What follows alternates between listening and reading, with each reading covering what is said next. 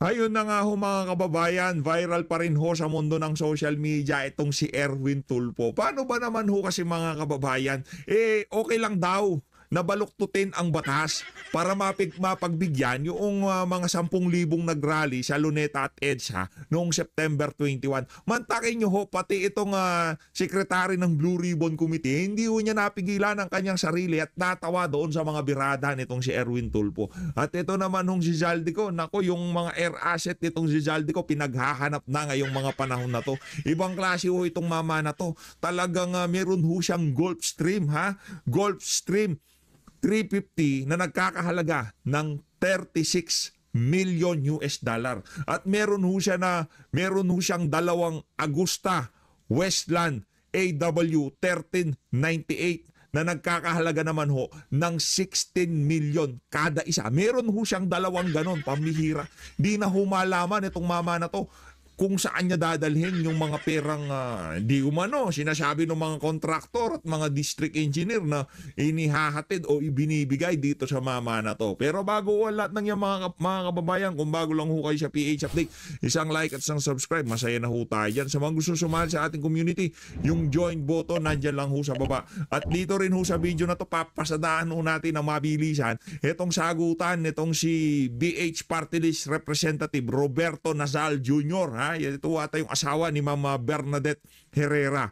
Talagang linampaso ho niya ang Committee on Appropriation Chairperson itong si Juan Singh dito sa video na to. Hay na nga, rekta ho tayo dito sa mga birada nitong si Erwin Tulfo. Ito ang dami hong nawindang sa sinabi nitong mama na to Ito, pakinggan ho natin.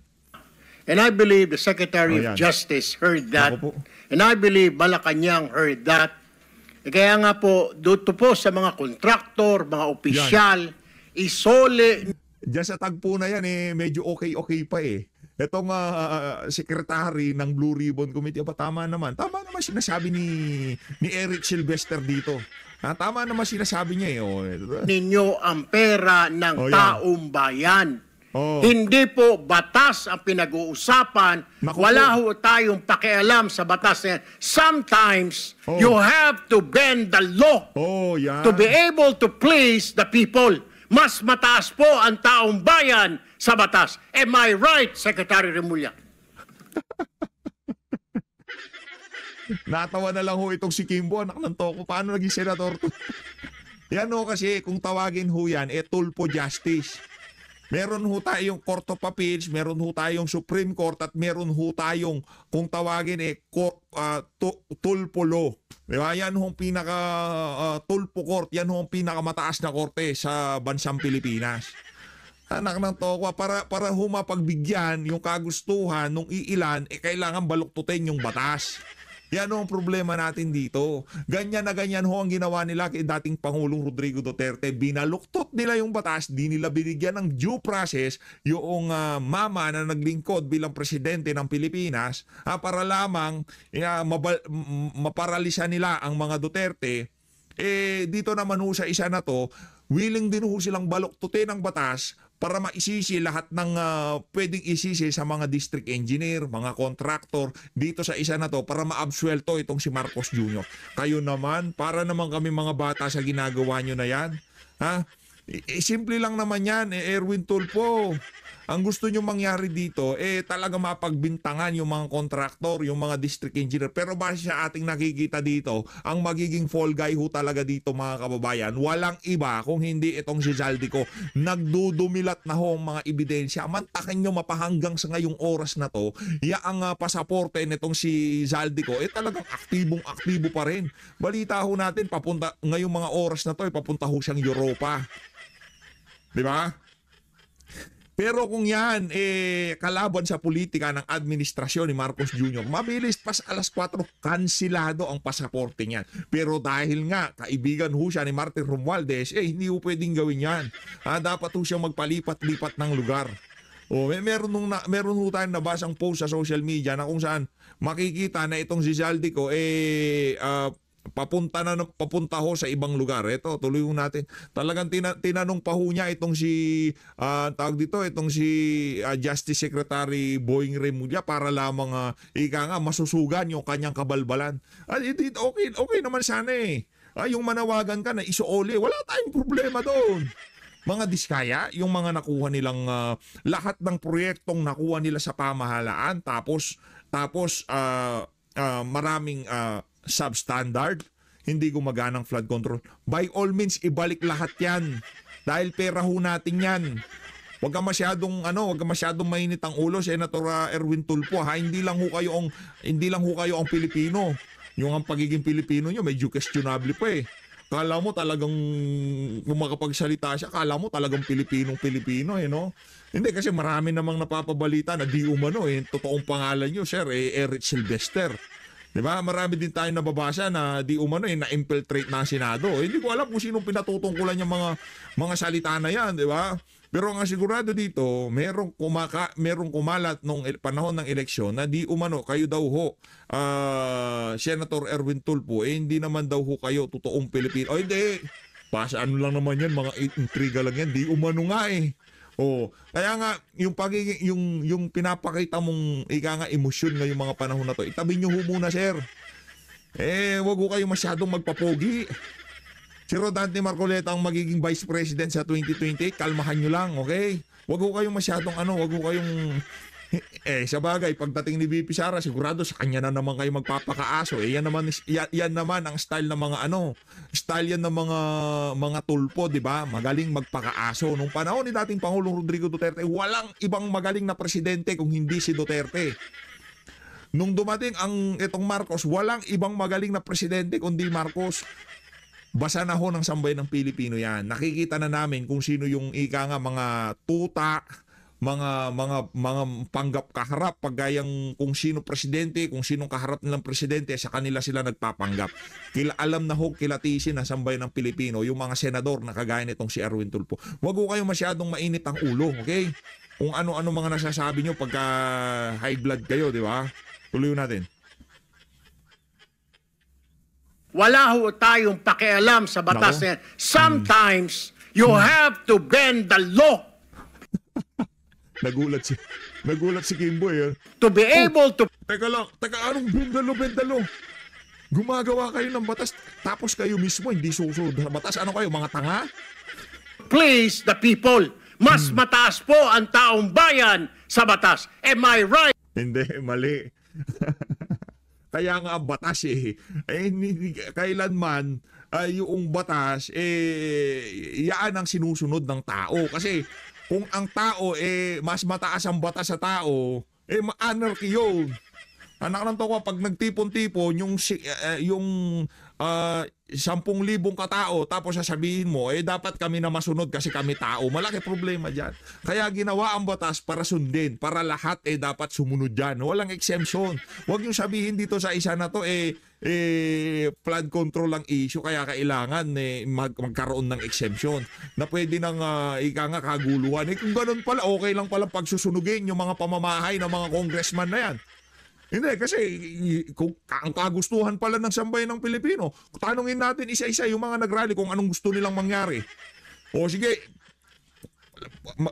magano tayo, isang araw, ipunin natin sa Luneta, magkaroon ng gate, bigyan natin ng multiple choice yung mga papasok, tingnan natin kung anong panawagan nila. Halimbawa, lumabas sa panawagan nila, mag-resign dapat si Marcos Jr. Di yun ang susundin natin. Wala ng due process, wala ng impeachment, wala nang halalan, ganon. Hindi na patatapusin ng term dahil gusto yan ng mga taong sumisigaw sa kalsada na mag-resign si Marcos Jr. Hindi ho ganon. Kahit paano natin balik ta rin, kahit gusto na, paborable sa atin na sitwasyon na kung anong gusto ng mga nagrally, yun na susundin natin. Gusto ng mga nagrally, mag-resign si Marcos Jr. Period. Pero dahil nga hindi ho dapat hindi ho ngayon ang masusunod dahil merong tamang proseso, hindi ho yun ang mangyayari. Huwag ho kasi kayo masyado magpabida. Mantakin nyo, sinupalpal ka ni Robin Padilla. Hindi ko naman minamalit si Senator Robin Padilla. Ibig ko sabihin, hindi naman siya, tahimik lang siya dyan sa Senado at napaka-respectful ng mama na yan. Lahat rin respeto niya. Lahat talagang yung due courtesy sa mga kasama niya, makikita natin pagka nagsasalita siya. Di ba? Pero dun sa sinabi mo, pati yung Robin Padilla, nagpantig ang kanyang tenga nung narinig niya na pwedeng baloktutin ang batas. Mantakin mo, nakulong yang mama na yan, pero alam niya yung kung gaano kahalaga ang pagsunod sa batas. Di ba? Mantakin mo yun, nakulong yun, lumabas. Ikaw, Brad, hindi ka nakulong. Di ko alam, ha? Di ba? Hindi ka nakulong. Pero yung nakulong, talagang alam niya na, yun, ex-con. Yung sinasabi nilang walang alam, walang pinag-aralan. Nasa puso niya, alam niya na dapat sundin ang batas. Pambihira, oo. Right, Secretary Remulla. Yes, sir. Mr. Chairman. Thank you, Mr. Chair. Pambihira. Secretary Remulla. Napailing na lang tong si Kimboy. Nakalantong lakas ng tama nitong mama na to. Eto na ho mga kababayan, rektaho tayo dito kay Elizalde ko. Lagay ko lang dito yan, ha. Lakihan natin para makita ng mga kababayan natin kung ano yung ika nga nangyayari dito sa issue na to. Kasi gigil na gigil ho sila doon sa mga Rolls Royce. Gigil na gigil ho sila doon sa mga Cadillac Escalade. Gigil na gigil ho sila sa mga Rolex. Gigil na gigil ho sila doon sa mga mansyon. Ito ho mga kababayan, ito sinasabi ko sa inyo. Ito matindi ho ito. Iba ho ito mga kababayan. Ito air asset na ho ito mga kababayan. Hindi lang ho siya nagmamay-ari ng isang eroplano. Isang eroplano at isang helicopter. Kasi yung helicopter pang short range yan eh. Kunyari mula Manila pupunta siya ng Cebu, siguro pwede yan. Pwede ba? Hindi ko alam. Hindi naman tayo piloto. Pero alam ko pang short range yan. Kunyari, nasa Manila ka, punta kang Tuguegarao. Yan, pwede yan. Manila ka, pupunta kang Baguio. Yan, pwede yan siguro. Ngayon, meron siyang pang long range, yung pang international kung tawagin. Ito mga kababayan, ang kasama sa air asset nitong si Zaldico. Imbis na mapunta ito sa ating mga armed forces, itong pera na to, pinambili ng helicopter para sa ating AFP, pinambili ho ng kung sakali man, pero tayo sigurado dito, sa pagiging congressman mo, hindi ka kikita ng ganyang kalaking pera para ma-afford mo yung mga ganyang kamamahal na mga eroplano. Ito, Gulfstream 350, nagkakalaga ng 36 million. Dalawang Agusta Westland WA 1398, nagkakahalaga ho ng 16 million kada isa. Magkano yun? Mabilis na mathematics, 32 million ho yung mga kababayan. Meron ho siyang dalawang Bell 407,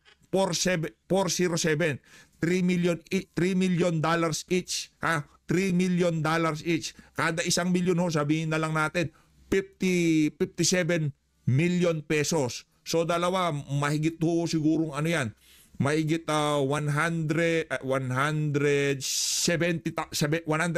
million pesos. 170 million kada isa niyan, 170. O ano na natin, i-round up na natin siguro mga 300, more or less 300, mahina tayo siya, 340 million pesos ho yan, dalawang Bell na yan. Kung di tayo nagkakamali, yung Bell na yan, yung pinang ano yan yung tipong pang search and rescue.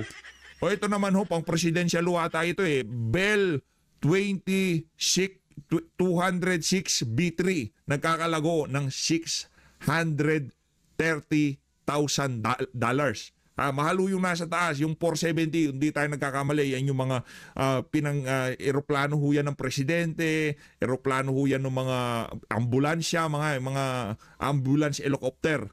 Yan yung mga Bell na yan. Matindi ho yan, mahal ho yan mga kababayan. Meron ho siyang Cessna 414A. Chancellor, $700,000. Meron pa ho siyang isang Agusta A107E, nagkakalaga ho ng $6.9 million. Meron ho siyang PA-31 350 Chieftain, $370 million. Meron ho siyang Bell 50505, nagkakalaga naman ho ng 2 million US dollars. Lahat ho ng nabanggit ho natin na yan, di umanong pag-aari nitong si Elizalde. Ngayon, isa kang congressman. Pagpalagay na natin, isa kang kontraktor. Meron kang SunWest Corporation. Hindi, kahit 100 lifetime mo, di ka itayo mo ang buong Pilipinas bago mo mabili ang mga eroplano na yan. Ika nga, lahat ng proyekto sa gobyerno dapat ikaw ang humawak. Sa tingin ko lang bago mo mabili ang mga ganyang kamamahal na gamit. Di ba? Oo, kikita ka sa kapag pangungontrata sa gobyerno. Pero hindi naman yung tipong anak ng tokwa, isang eroplano lang, nagkakalaga ng 6.9 million US dollars. Yung isang Agusta A109E niya. Ang malo niyan mga kababayan. Magkano ba yan? 6 million. Naku, mahirap po yan sa mathematics. Sa susunod na video, pagpa-plus-plus natin yan mga kababayan. Pero sigurado natin dito. Ano bang punto mo, PH? Bakit binanggit mo lahat yan? Ito yung kung tawagin ni Senator Rodante Marcoleta, bakit natin hinuhuli yung mga sapsap at butete? Yung mga crocodile, buhaya, ba't parang nakakaligtas sila dito sa usapin na to? Diba? Yun ang problema natin dito. Diskaya kayo ng diskaya. Pambira. Itong si Zaldico, baka lahat ng kinita nitong mga diskaya na to, nandito pa lang ho sa kanilang dito pa lang ho sa isang Agusta A109E. Itong 6.9 million US dollar. Baka doon pa lang yun Masyado lang nagpaka-mainstream tong mga diskaya na to. Nagpa-interview, di ba? Pero kung ating susumahin, baka isang eroplano pa lang nitong si Zaldico, yun na ang kinita nitong mga contractor at mga district engineer na to. Ito yung crocodile, ito yung shark, ito yung balyena na dapat tulihin. Yung mga hinuhuli dyan sa Blue Ribbon, yung mga sapsap at butete. Di ba? O ngayon, ito ang hamon kay Ping Lacson. Mamaya, pag-usapan ho natin yan. Pasadaan ho muna natin. Itong paggisa nitong si Congressman, itong jowawers nitong si Ma'am Bernadette Herrera. Itong si Roberto Nazal Jr. Ito ang representante ng BH ngayong mga panahon na to. Teka lang ho. Ito, para talagang planchado. Lahat ho. Ilinahat natin to. Next to interpolate the sponsor, I move to recognize Representative Robert Nazal or PH Party List.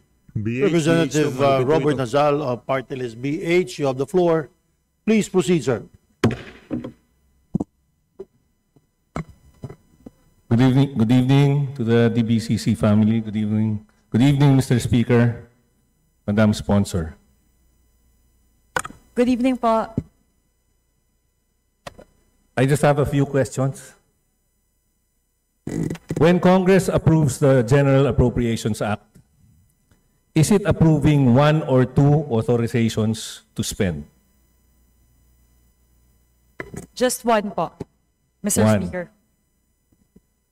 So if there is only one appropriation, Madam Sponsor, being approved by Congress, how do we reconcile the fact that the GAA is funded through the general fund, while the unprogrammed fund is funded like new loans, excess revenues, and new revenue measures?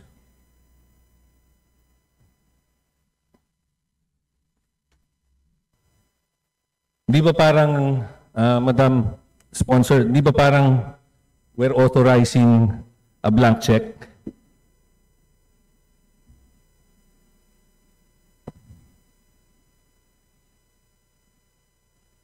So with regard to the fund, there's only one fund that we are approving, and that would be... Teka lang, pansin ko lang, wala bang courtesy resignation sa mga committee chairmanship ngayon nagpalit ng liderato sa House of Representatives? Wala bang regodon? Kasi anong silbi ng pagpapalit ng liderato kung yung mga uupo sa mga komite, yun din yung mga aso ng mga tinanggal. Kagaya nitong si Sonsing. Anong alam niya si Sonsing? Lagay niyo dyan si Congressman Ungab para matapos usapan. Di ba? Anong gagawin niya si... Ano to ko? Sonsing.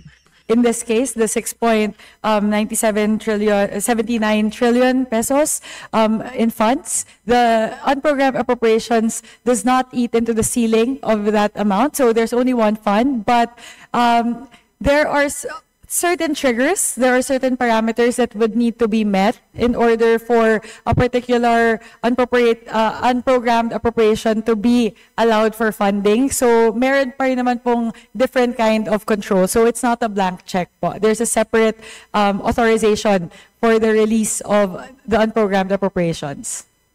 Yes, I understand that. Pero the reason why I'm saying na parang it's a blank check kasi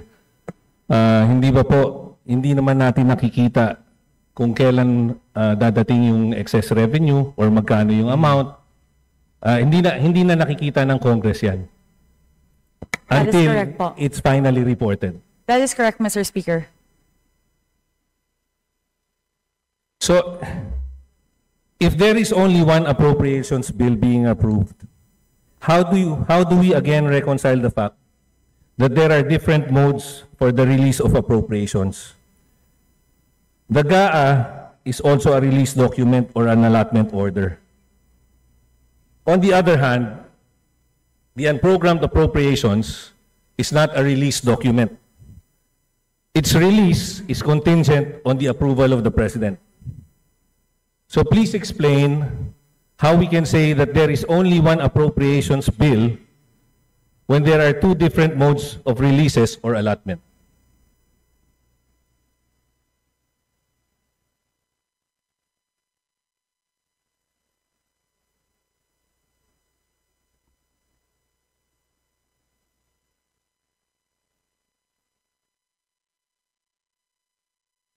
Ano ba yan? Sonsing, ang tagal naman.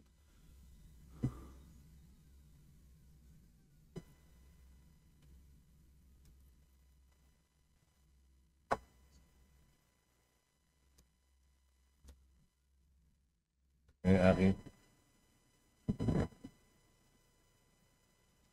Alam mo ba, hindi mo alam ang sagot. Ano ba yan? Mr. Speaker, there is only one fund that is authorized when we approve the General Appropriations Act, and the release of the programmed appropriations would be separate. There's a different. Naku, curious ho tayo. Pagka nakikita ko to, isa ho kasi sa mga young goons to kung tawagin. Nasaan yung mga young goons, yung mga mayayabang na congressman? Ortega, itong si One Rider Party List, di ba? Yung si Gutierrez, nasaan na yun? Nahanap ko eh. Ang aangas ng mga yun eh. Nasaan yung mga mayayabang na congressman? Pambihira. Di ba? Nasaan na sila? Dati ang kakapal ng mga pagbumukha ng mga yun, pagka nagsasalita dyan sa press, akala mo kung sino talaga, akala mo meron talaga mga tira eh. Different set of parameters that would need to be satisfied for that to be released. So technically, we're only approving one fund. And then the triggers that would allow for the access of the unprogrammed appropriations is also indicated in the GAA itself. So we're only just approving one fund, including the triggers and the parameters. Tama po. But hindi ba parang there are two spending authorities being approved? So shouldn't we vote twice and not approve these two gigantic appropriations like 2-in-1 coffee? There is really just one po. It's just the GAA because you won't anyways be able to even trigger or access the release of the unprogrammed appropriations if that particular unprogrammed appropriation is not there in the GAA. So technically, isang authorization lang po yun. So the authorization for the release of the unprogrammed appropriations is subsumed within the authorization that we approve once we approve the GAA. Exactly. Isn't that exactly, ma'am, as if we're giving blanket authority? or a standby authority? Mr. Speaker, there is no blanket authority because, again, there are certain triggers and parameters that would need to be met in order for that unprogrammed appropriation to be accessed and subsequently released po. So there's no blanket authority po, Mr. Speaker. Standby, isn't it like a standby authority? Yes, it is a standby fund, not authority. Where we do not know how much will actually be spent until it's reported, or appropriated and obligated until. Yes, that is correct. We don't know how much would actually be released until a source is identified. So from 1998 to 2021, Congress consistently stayed within the President's proposed programmed, unprogrammed amounts, but began exceeding them starting 2022 to 2025. May I ask what the wisdom was behind this?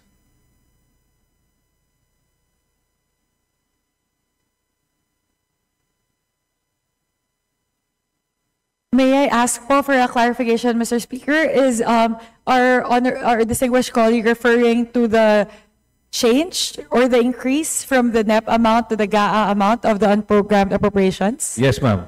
As mentioned earlier po, that happened in the level of the bicameral conference committee. So that was actually, it was at that level that change happened po. And we are not privy as to why that happened, as the executive, the economic managers, nor this representation was part of the bicameral conference committee in prior years. Anyway, I just wanted to mention that there were changes from 2016 to 2021. There were no changes from 2016 to 2021, but it started increasing from 2022 to 2024. In the 2024 NEP of DA, there was a 4.5 billion allotted. There was 4.5 billion allotted for support to foreign assisted projects. Pero ziniro po ito ng House at ng Senate nung lumabas ang GAA ng 2024. Pero nung nag-release ng pondo sa DA for foreign assisted projects, 11.3 billion ang actual na natanggap ng DA galing sa unprogrammed funds. Can you please explain this, Madam Sponsor? Yes, Mr. Speaker, because under the prioritization for funding of unprogrammed appropriations, one of the first, actually, the topmost priority would be support to foreign assisted projects. So ang ginawa po, naghanap po ng paraan, naghanap po ng ibang source para kahit po zero yung naibigay under GAA, it would still be funded po. So the economic managers found a different source po to be able to fund that. But why is it, ma'am, Madam Sponsor, that ang ni-request lang naman ng DA is 4.5 at sobrang swerte naman ng DA, ziniro natin yung GAA, pero ang actual na natanggap niya, 11.3. Meron po bang sulat yan?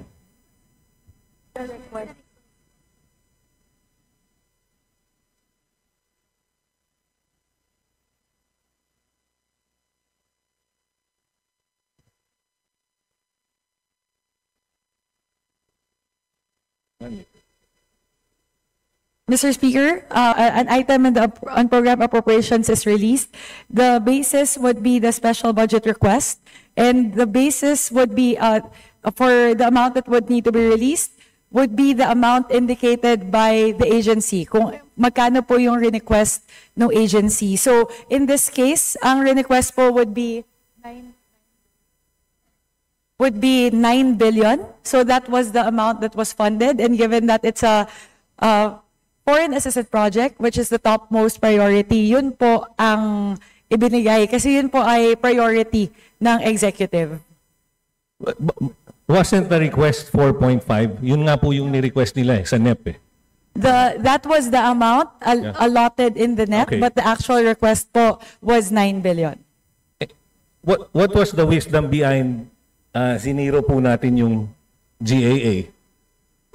That was the action po of the bicameral conference committee, not of the executive po. So that's why yun po yung we are not privy po as to why that happened, why it was zeroed out, because the economic managers nor this representation was part of the bicameral conference committee. So dito po, hindi na po natin alam kung ano nangyari because Congress passed the GAA, ziniro natin, and then bigla na lang nabigyan ng 11.5. That's because po the Department of Agriculture has a commitment with our creditors. So ginawan po talaga nilang paraan. The DA submitted a special budget request for that particular project. So that's why po Konyang mga pronunciation nitong si Swansing. Ayusin mo, madam. Hindi namin naiintindihan yung mga ganyang klaseng pronunciation. Pambihira ka, oo. Ayusin mo. Tagalogin nyo na lang kasi pinapahirapan nyo pa kami. Mangulangya kayo. we believe the submitted special budget request had a 9 billion request. So yun po yung dahilan kung bakit 9 billion po yun na-release.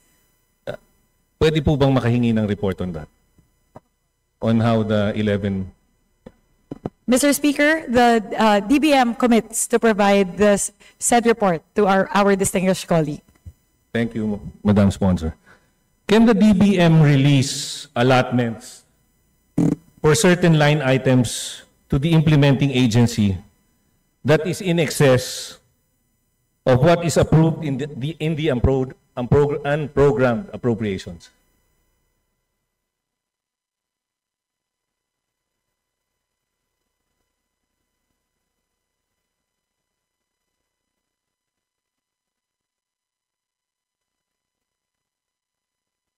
Pambihira naman tong si Swansing. Oo. Tagal sumagot. Kakainip.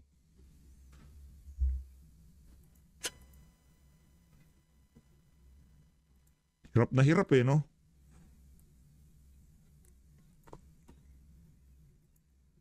Can we stop the clock, please? Yan ang Ayan, problema. Pagka linagay ka lang sa pwesto mo para mapunuan My ng apologies po. role.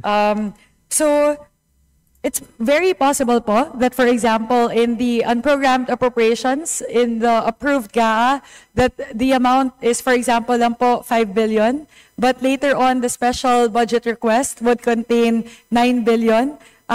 Yun po yung i-release. Kasi po, as a special provision, for example po, in the 2023 GAA, there is a special provision with regard to amounts under the unprogrammed appropriations.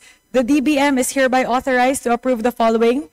A, modification of amounts within the authorized purposes. So yun po yung basis for for the executive to be able to amend the amount that's indicated in the unprogrammed appropriations.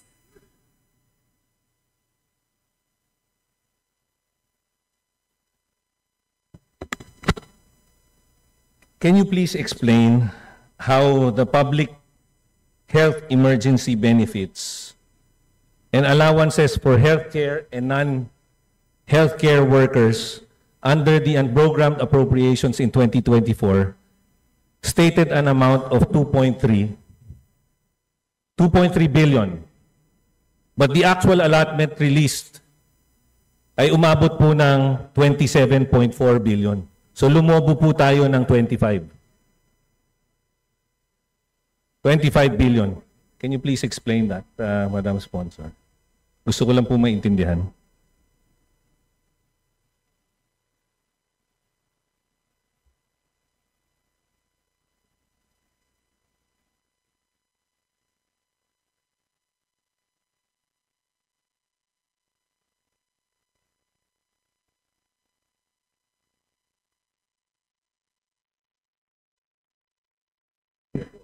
Mr. Speaker, on the same thread as similar to the case for the foreign assisted projects, the specific foreign assisted project within DA, the case po for the HEA, the health emergency allowance that was released in 2024, that was, even though the line item was 2.3 billion pesos under unprogrammed appropriations, we confirm po that 27.4 billion pesos was released. The reason behind that po is that this special budget request emanating from DOH contained 27.4 billion because there was a necessity to pay the HEA for the healthcare workers who worked during the COVID-19 pandemic.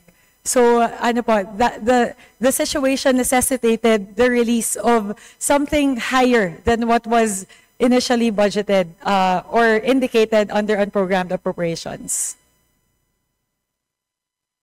So mayroon pong authority ang DBM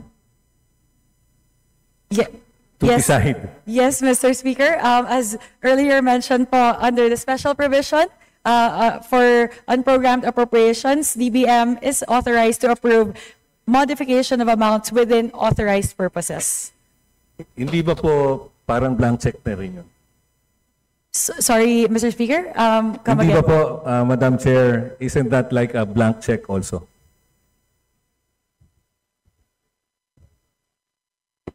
Mr. Speaker, it was a special provision approved by Congress in the approval of the GAA to grant this special provision to the DBM pertaining to unprogrammed appropriations. If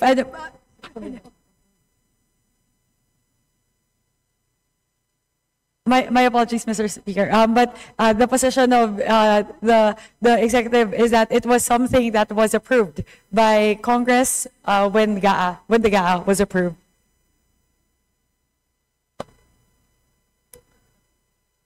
So, shouldn't we correct the special provision, Madam Sponsor?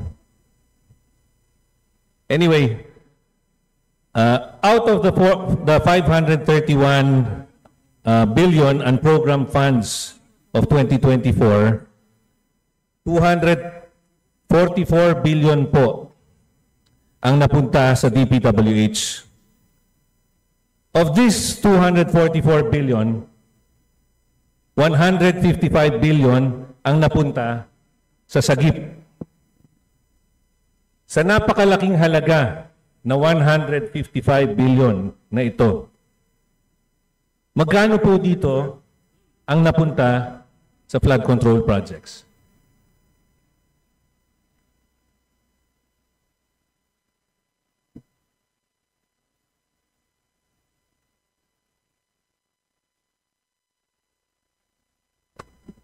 For fiscal year 2024, Mr. Speaker, out of the 155.8 billion under SAGIP, 85.7 billion went towards flood control projects.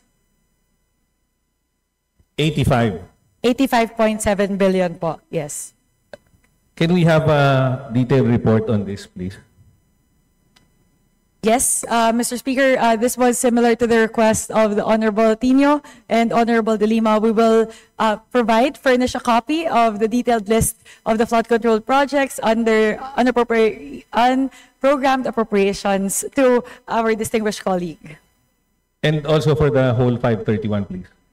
The whole 531 billion The whole unprogrammed. for that year. Whole. The whole amount po, the list of projects that were released to DPWH for that year, that particular list has been turned over by DBM to the committee already. So we will share that list with you po. We'll share it to our distinguished colleague, Mr. Speaker. Thank you, Madam Sponsor. So, Mr. Speaker, Madam Sponsor, this is already very alarming.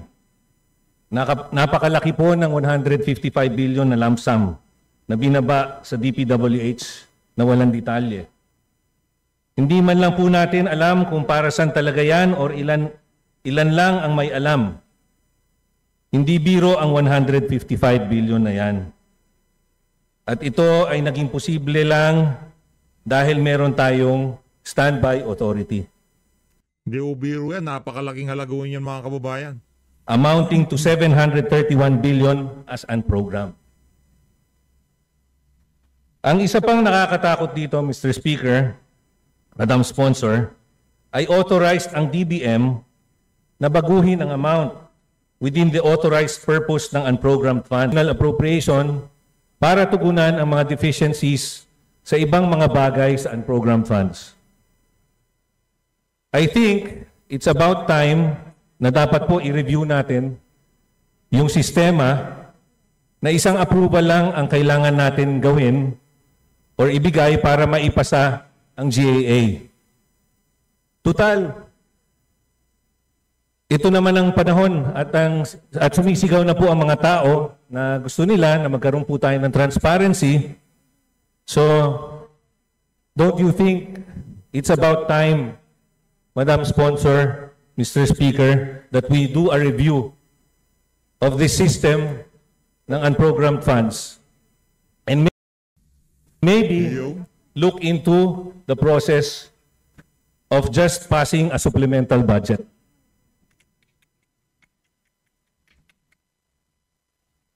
Thank you, Mr. Speaker.